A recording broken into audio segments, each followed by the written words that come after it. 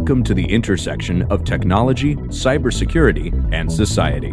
Welcome to ITSP Magazine. You're listening to a new The Hacker Factory podcast with hacker maker Phillip Wylie. You're about to discover what the role of a professional hacker entails, the different specializations it holds, and what it takes to learn and become one. Enjoy the conversation as Phillip and guests unveil the secrets of professional hacking, a mysterious, intriguing, and often misunderstood occupation. Knowledge is power, now more than ever. EdgeScan offers continuous vulnerability intelligence as a service, accurately identifying vulnerabilities and exposures across the full stack. All threats are verified by cybersecurity experts, providing exploitable risk and remediation guidance, virtually false positive free. Learn more at edgescan.com.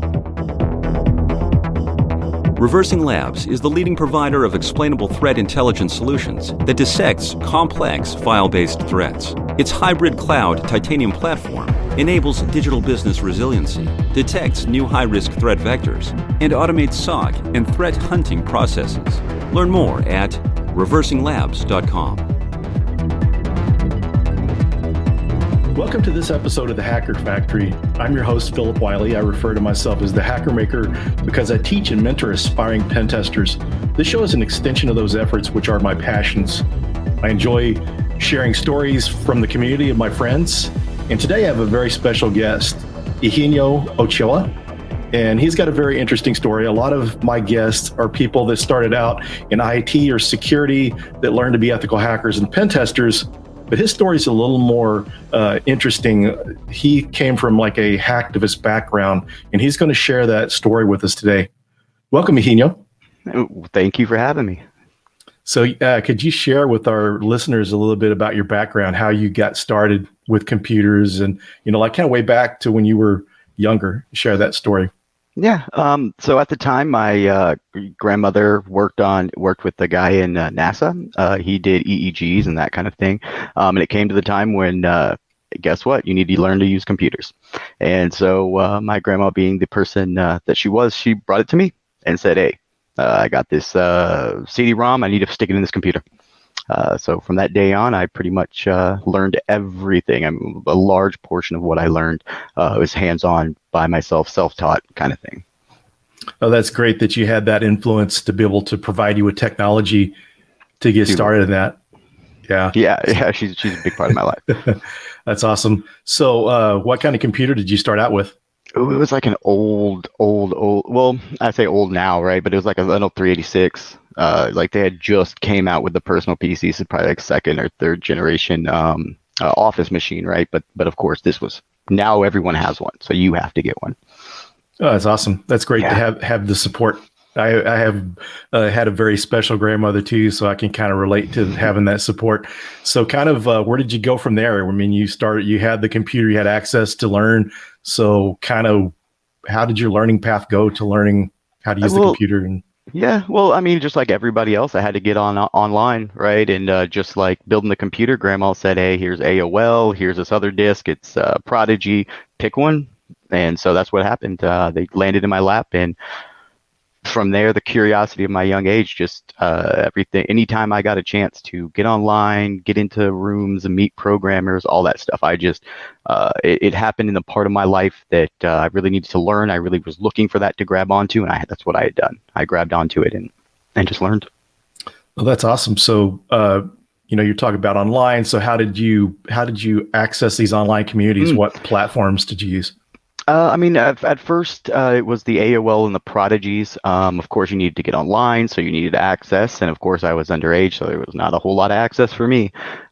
So brute forcing, stealing people's passwords. And remember, back in those days, everyone had their username and their password were the same. I mean, I could go into an AOL chat room, spend 5 minutes, grab everyone's username, try it. Hey, look, it worked. Boom. Now I had another account.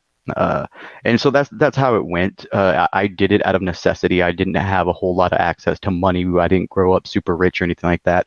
But we weren't super poor either. We were just right there on that verge, just enough to have access to the stuff, but not enough to go dog deep in it. So that's how it went. I started, not for a lack of better words, I started a criminal, completely out of the need for that want.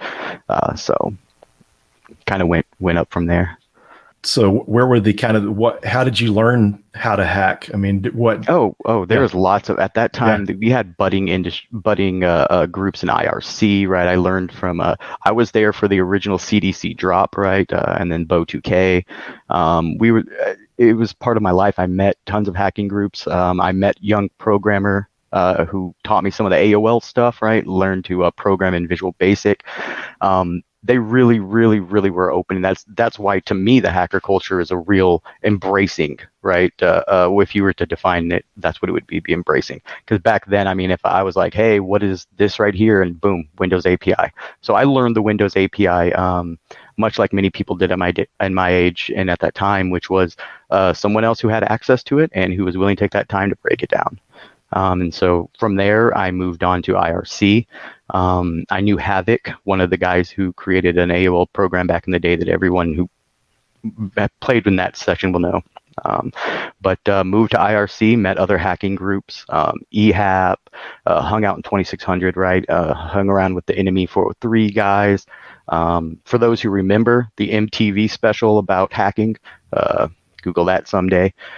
Just a lot of fun stuff at that time. DEF CON was pretty young. Everybody was getting into hacking. And so I just kind of said, okay, that's the culture that I want. Some people skateboarded, and I chose hacking. Yeah, it's very, very interesting. So was this, I mean, I know that the technology and the challenge is always kind of a draw to it, but was it really, did the culture kind of fill kind of a void that you had or a need in your life? Yeah. It, like I had mentioned earlier, it came at a time, my biological dad was out of my life. I was a stepfather. And so for me, it was like, I needed something that was me, something that was uniquely, some people like, in their high school would talk about their Pokemon cards or their new sports they're a part of or their new car. For me, it was computer access. Hey, you want to go to the library? I got root out there. We can, maybe start up a server or something, start IRC, whatever. And that was just my thing. That was something that I grabbed onto. That's pretty cool. So back then, did you do any of the phone freaking, any of the phone? Oh yeah. Of course. Access didn't come free, and just like every other kid of the 90s, we had phones in the house, but we had one.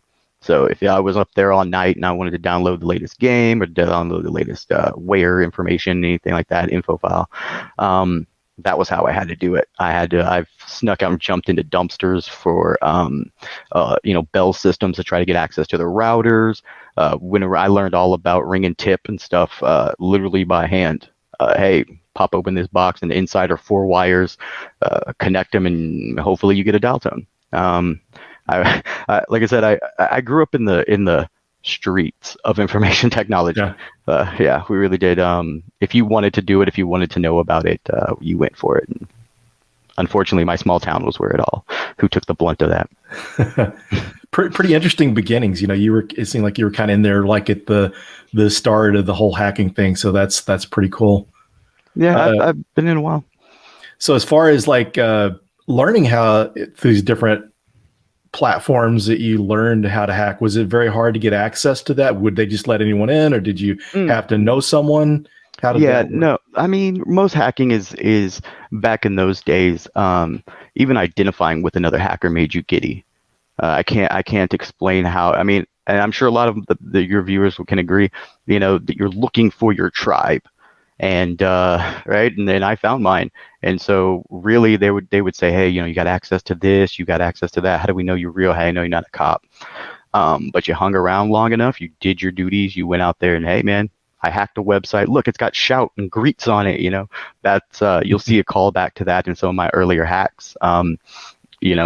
That's just how it was. You did ASCII defacings. Now it's all about root, right? But back then, if you could deface a page, that was worth root. So, and that's just how it went. You shared information. There was no boundaries. There's no gatekeeping because at that time, no one had a gate. Yeah. It was you versus the corporations. So. Yeah, that's interesting to hear because earlier in my IT career, it seemed like gatekeeping was a little stronger. That's one of the things I've liked about the hacking community. The information security community is most people are pretty helpful, but you had the people back in the day that it was job security if you didn't know how to do it. So that's kind of interesting to see that the hacking community's been open like that. So, when you started out, a lot of this was just for fun. So did this kind of, escalate into something more? Could you describe how that? Well, all of this, eventually that curiosity became a point of struggle. There's only so many people you can impress with root and backdoors and SQL shells and stuff like that. So I got into, obviously some activist movements. I wanted to help people. I wanted to, if I was going, I had this magic skill, right? Now it's 2012 and people are 2010, 2011. There's all kinds of craziness on the streets, and I had a specific skill. And from there, of course, got my felony, hacked some police sites, did my thing. But now, really what the realization came to is I can help people with my skills, but I can also get paid for it, right? Because people will pay for that security and pay for that help. And so it really gave me a new avenue to take the same. I could still meet with my tribe, which was really important to me. A lot of my identity, of course, is in hacking, and hacking's what I do. It's what I am. Done it for so long, and it's been such a big part of me. But I think that once I realized, hey, these guys are the same. They have the same love, the same passion. They really do. They just need, do what they can to pick and find what they need, and hopefully I have that. And so far it's worked out. I really had a lot of good people. Yeah, that's really great, and just to see how you kind of turned things around. So you kind of pivoted into more of a defender role, and so just the resilience you had to do your time in prison and to come out and turn that around. Do you think if you would have had the opportunity to do that beforehand, do you think things would have been different for you? If, say, like someone, you could work somewhere for a pen tester, do you think that would have probably mitigated some of the things that happened? Well, I think that would have taken a lot of it away. I think one of the problems is we see it with VDPs and stuff like that, and bug bounties and stuff. Everybody wants to put this little safe fence around their assets and their stuff. And for me, that's not it doesn't meet reality. A lot of what I see, a lot of the vulnerabilities I find are stuff that are outside of this scope, right? They're out there, they're dangling. And that's it. I just recently got married at the time when I'd gotten out of prison, right? And I had spent maybe 6 months with my wife, maybe. Kids, all that stuff, and I really couldn't afford it to continue being Mr. Bad, right? And I got the opportunity to work with good people, and along the way, and it's been a struggle. People will pay you under because you're a felon. I can't. I can probably now, but I couldn't go to Australia. I'm a felon, couldn't go anywhere. And so really my solace in all that is that if I really just put my foot down, found a nice company, and gave them my all, that hacker spirit that I had to never give up would pay off. And I think it has. I work with her for a great company. I know a lot of great people in the industry. I've met many people. And I just think, I think that it really worked out. And it was that hard work and that pushing and my strong family bonds. I owe everything to my wife, my kids, the strength they give me. But I guess to sum it all up, you do coming out. I had a real big change of heart when you realize not so much the prison, not the bad stuff that comes for it, but really all the good stuff that you missed, all the people that you got to spend time with.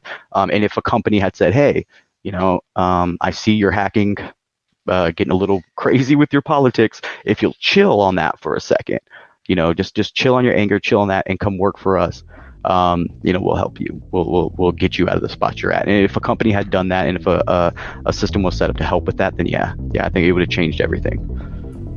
That's a really great story. And I think one of the points here to share with our viewers is, some people, they need to realize, just like hacking or anything else, people do their time for the crime. They deserve to be given a second chance, and it's really great to see your story. So I think this is really, really great. Thanks for sharing your story with us, and hopefully this will prevent someone else from making the mistakes and realize that there's alternative ways to get that hacking fix. Well, I've had a good time, and yeah, if anybody needs anything, do reach out. If you think that the only thing you have to do is to go and break the law, let me know.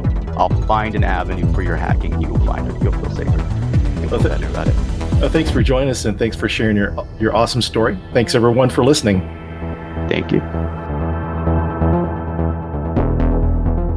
Reversing Labs is the leading provider of explainable threat intelligence solutions that dissects complex file-based threats. Its hybrid cloud titanium platform enables digital business resiliency, detects new high-risk threat vectors, and automates SOC and threat hunting processes.